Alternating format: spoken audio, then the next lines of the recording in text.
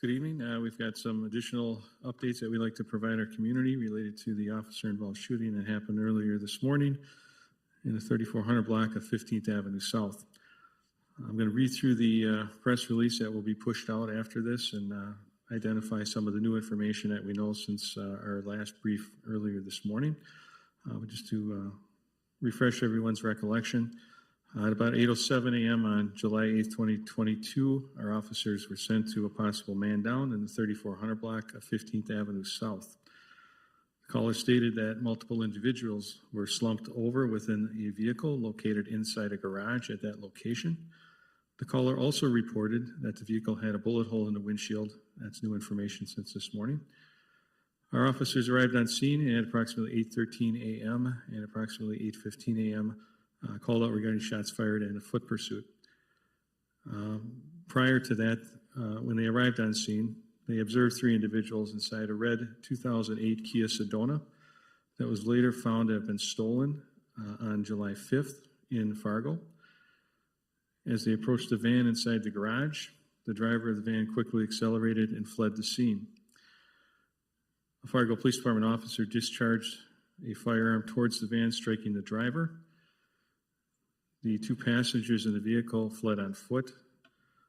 One of the individuals was apprehended near the scene. He's identified as Cody Dunn, a 25-year-old white male with no permanent address, who was arrested and charged with refusal to halt and possession of controlled substance methamphetamine. The second passenger continued to flee on foot. The driver of the van, a 28-year-old Native American male, Jamestown resident, was transported to a local healthcare facility where he passed earlier this afternoon. Fargo Police have notified next of kin, and we will be releasing that information relative to that individual, as well as the information related to the officer tomorrow afternoon. However, we are continuing to seek the public's assistance in identifying the third individual who fled the scene. You see his photo up there. We're going to be pushing this out on our social media. And that's the individual that was described to you earlier today. He fled the scene on foot, and he's wanted for failure to halt. So we'll be looking to identify and arrest him, at which point the Bureau of Criminal Investigation can also interview him regarding this shooting.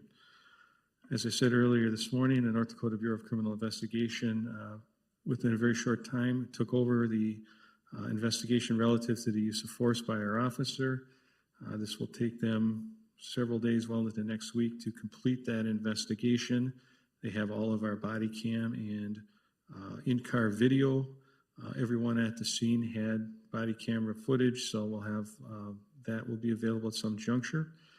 And they've also interviewed not only law enforcement witnesses, but citizen witnesses, and their investigation is ongoing. So they are the lead agency from that perspective.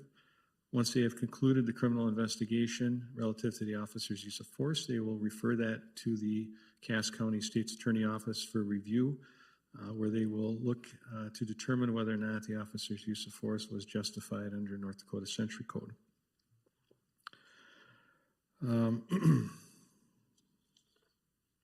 The officer involved is an 11-year veteran. He's been placed on paid administrative leave, which is standard practice and policy, while the investigation continues.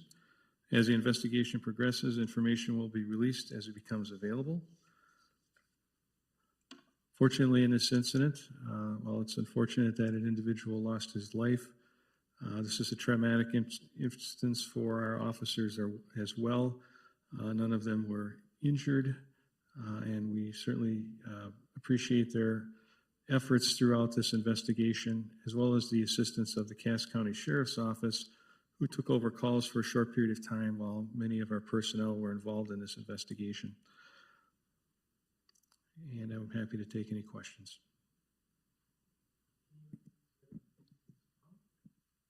I'm sorry, where the what? Yeah. Jamestown. I'm going to have you repeat the question.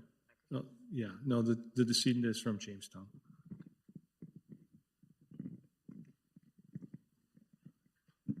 I'm looking to learn a little bit more. Ty Schillner, WDAY Radio. I'm looking to learn a little bit more about the lead up to the shot.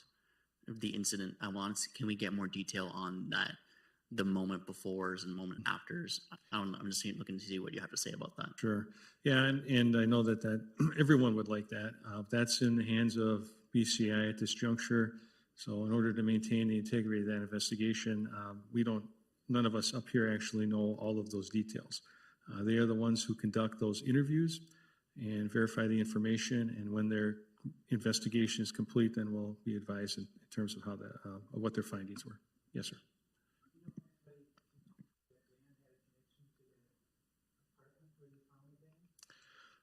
We don't know that.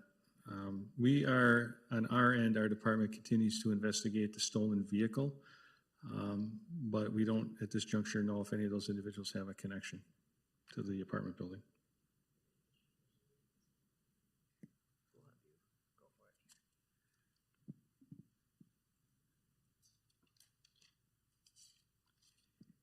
It was asked this morning, but were any weapons found in the van or around the van?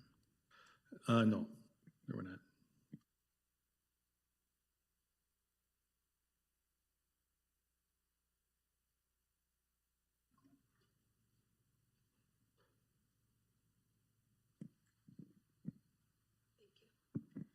Chief, I just want to clarify, Bailey with Valley News Live.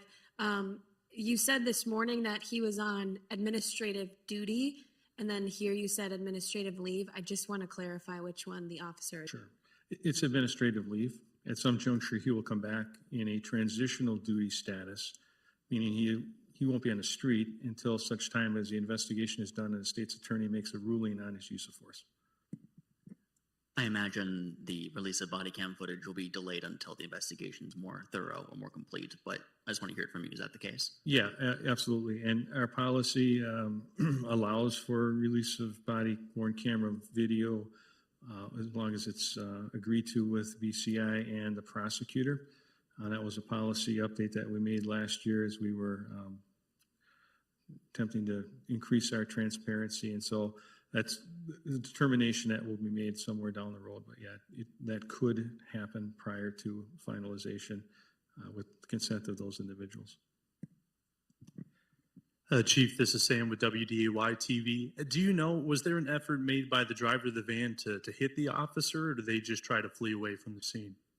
I don't know those details, unfortunately, until we see the results of the officer interviews. Now that we have more details on the suspect who did flee, I asked you this morning if there's a concern for public safety. And I'm going to ask you that one more time. Is there a concern for public safety? Well, I think it's the same concern that we had earlier today. I mean, this is an individual who was in a stolen vehicle.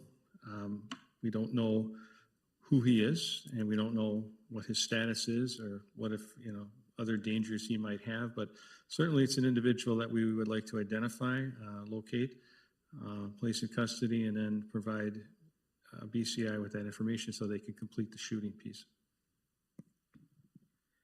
Is there a training process for officers trying to fire at fleeing vehicles? Our use of force training covers all of those things, vehicles included.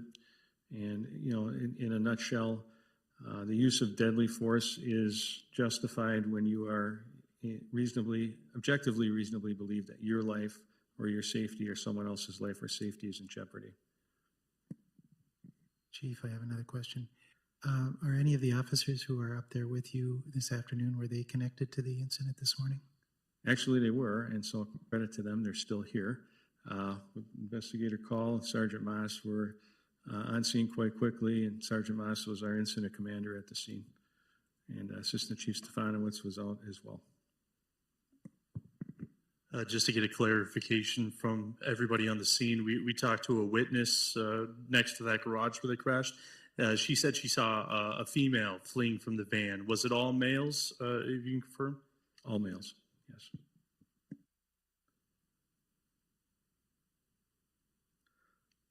Okay, all right, thank you very much. We will continue to keep you updated as new information becomes available, but I would anticipate significant changes later next week as their investigation gets a little further along. Okay, thank you.